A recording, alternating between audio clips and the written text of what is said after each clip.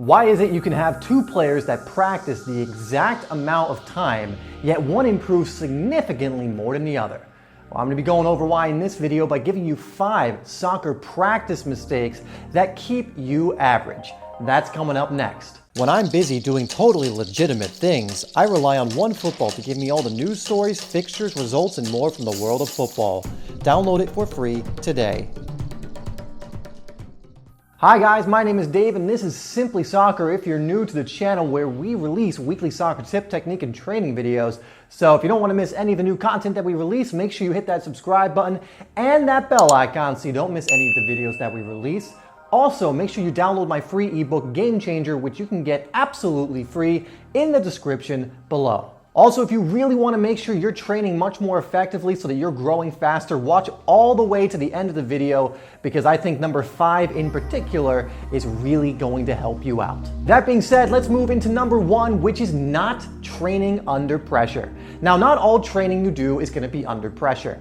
But if you are not trying to mimic game-like situations in your training, then you're going to suffer when you actually find yourself in a match. If you're just practicing your skill moves, but you're never doing it against an opponent, you're not going to be well equipped to do it in matches. If you're always practicing your passing, but you're not practicing playing it to someone else or doing it under pressure, then you're not going to be able to find the space or to do it quick enough when you're in your matches. Now, this isn't to say that all practice should be done under pressure. You'll be doing certain technical training when you're not. But the more you can put yourself into game-like situations, the more you can practice your move with a defender either shadowing you or legitimately trying to get the ball, the more you can practice your passing or control or, moving around and having good movement. Passing and moving is what I'm trying to say there. While under pressure, the better at it you're going to get. Because the fact of the matter is, under pressure versus not under pressure are two totally different situations, and if you don't prepare for both, then you're going to suffer in your matches. Now, of course, hopefully a lot of your under pressure situations are happening in your regular team training.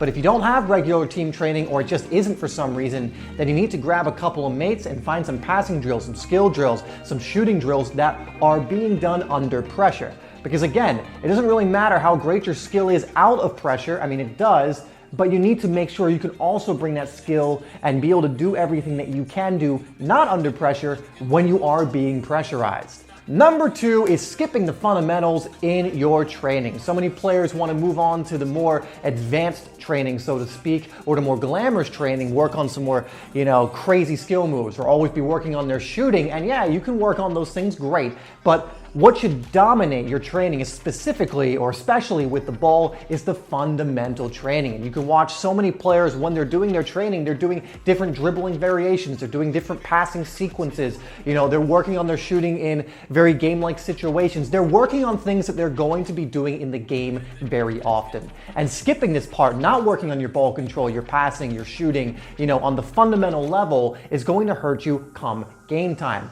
There is nothing that's going to keep you more average when you're actually in the match than only practicing on things that are going to happen very little when it actually comes game time. A good example is if you're spending all of your time working on free kicks, but not working on your shooting in general. If we're going to keep it in the same category. When it comes to shooting in general, you're most likely going to be doing that more in a match than you will be taking free kicks. So that's just one example. Or maybe you're practicing just your long kind of Hollywood balls, but you're never working on your 1-2 touch, quick passes or short passes that you're going to be doing more often. So do not skip the fundamentals. A lot of your training should be centered around a lot of the fundamentals and refining them and mastering them, because if you don't do this, it's just going to keep you average. Number 3 is neglecting the work outside of just using the ball. And so what I'm talking about when I say that is working on your tactics, working on your fitness, your strength, your mobility, your flexibility, these things that don't necessarily involve the ball.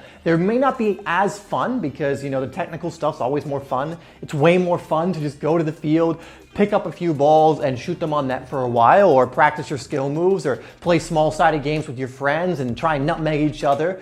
But if you're not also putting in time to the strength work, then you're going to get injured. Or your flexibility and mobility work as well, your balance. These things are things you have to work on if you want to be, an athlete, if you want to be someone who can actually perform on the pitch, because then you will lose out to the players that are paying attention to these areas. Number 4 is one I go over all the time, and there's a reason I repeat it so often, because it just seems to be one of those common ones that players seem to fall into, unfortunately, and it's going through the motions. And really, when it comes down to it, the way you practice is going to be the way you play in your matches. So if you're in your training, you're not really taking it too seriously, you're going through the motions, you're operating at 70 to 80% of what you're capable of, you're not at your edge, you're going to start developing habits that you then take into your matches, and you're going to start finding that you're going to be playing more like that in your games. So even in your training, you want to make sure you're doing things to the best of your ability, pushing your edge, always trying to do that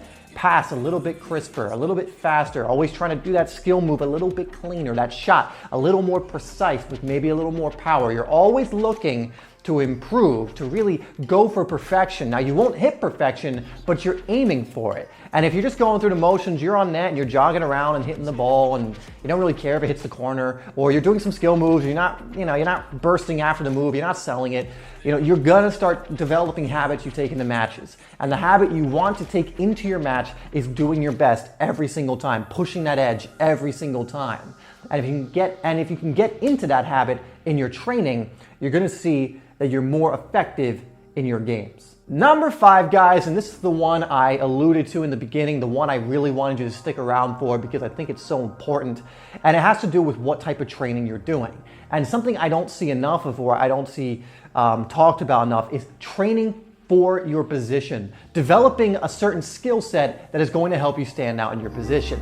Now, this does not mean that you won't be doing the general stuff like we were going over the fundamentals. These are basically the core things every footballer needs to be good at to just function normally in a match. However, if you're a striker, you want to put a little more emphasis on finding spaces so that you can score, having good movement, having good finishing ability. And you want to actually be individually training on these areas, often refining them, becoming the best player on the pitch at these things. Because if you can start standing out on the thing that your position is asked to do the most, you're going to be incredible in that position. Now, of course, you want the other areas as well because you want to have a little versatility. You might find yourself, if you're a winger, playing at right back or left back, and that will sometimes happen. Maybe you're a striker. I mean, there are even strikers that have moved back to center back, so that can happen. But in general, if you know your position, it's pretty solidified what your position is going to be. Really hone in on training specifically for that position. Become aware of what's going to help you operate and stand out in this position the most, and then start focusing on that. Guys, question of the day is, do you make any of these training mistakes? And if you do, what are you going to do to start switching that up, to start actually doing this in a better way so that you can improve more as a player? Please let me know in the comments down below. Thanks so much, guys, for tuning into this video. I really do appreciate it. If you could do me a favor and hit that like button, I would appreciate that also. It just helps the channel to grow and for the videos to reach more players that can use it to hopefully improve their game. As always, if you haven't checked out Game Changer yet, you can still download that for free in the description. 33 ways to stand out and improve as a player. Thanks for watching, and I'll see you in the next video.